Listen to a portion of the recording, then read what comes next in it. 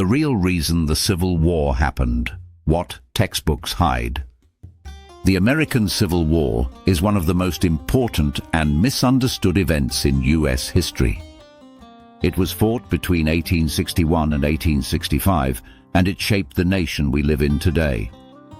Most textbooks give a simple explanation that it was a war between the North and South over states' rights. But that's only part of the story. The real reason behind the Civil War is deeper, more complex, and often hidden beneath polite language. Let's go back to the early 1800s. The United States was growing rapidly. New territories were being added to the West. But as new states joined the Union, one major question caused fierce debates. Would these new states allow slavery, or would they be free states? The northern states, driven by industry and factories, were largely against slavery. The southern states, built on plantations and cotton, depended on enslaved labor for their economy.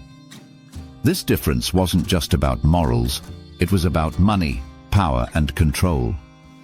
By the 1850s, tensions had reached a breaking point. The South feared losing political power in Congress as new free states joined the Union. Meanwhile, abolition movements in the North were growing stronger.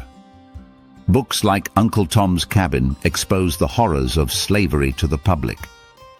Newspapers, speeches and churches began openly calling for an end to slavery. The issue wasn't just about states' rights, it was about the right to own other human beings. When Abraham Lincoln was elected president in 1860, everything changed. Lincoln and his Republican Party opposed the expansion of slavery into new territories. Southern leaders saw this as a direct threat to their way of life and economic power. Even though Lincoln did not call for ending slavery immediately, Southern states believed their future under his leadership was in danger. One by one, they began to secede or break away from the Union. By early 1861, 11 Southern states had formed a new nation, the Confederate States of America. Their new constitution made the purpose crystal clear. It protected and legalized slavery as the foundation of their government. The Vice President of the Confederacy, Alexander Stephens, even said openly that their new nation was built upon the great truth that the Negro is not equal to the white man. This statement reveals what many textbooks soften or skip entirely, that slavery was not just a side issue, it was the core cause of the Civil War. The war officially began in April 1861, when Confederate forces attacked Fort Sumter in South Carolina.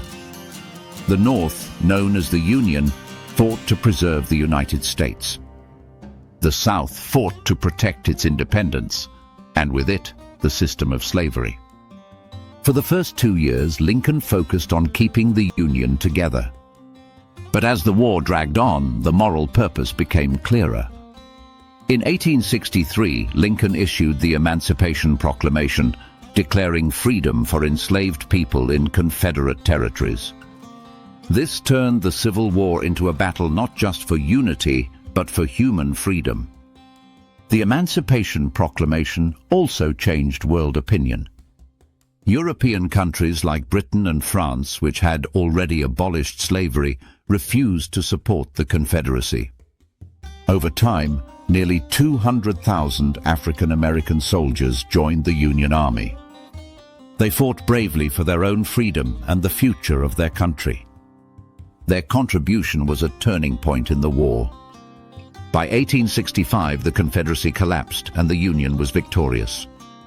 Soon after, the 13th Amendment to the U.S. Constitution was passed, officially ending slavery in America. But while the war ended, the struggle for equality had only begun.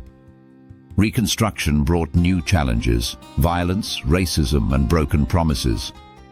Many textbooks end the story with victory and freedom. But they often skip how the aftermath shaped civil rights battles for the next 150 years. So what do textbooks often hide? They simplify the conflict to say it was about states' rights. But they rarely mention that the specific right being defended was the right to enslave people. Documents from the time, speeches, letters, and political records prove this beyond doubt. The Civil War was about power, race, economy, and above all, slavery. Understanding the real cause doesn't change history. It clarifies it. It helps us see how the past continues to shape issues of justice, race, and equality today. The Civil War was not just about North versus South. It was about freedom versus oppression. It was about the soul of America and what kind of nation it wanted to become.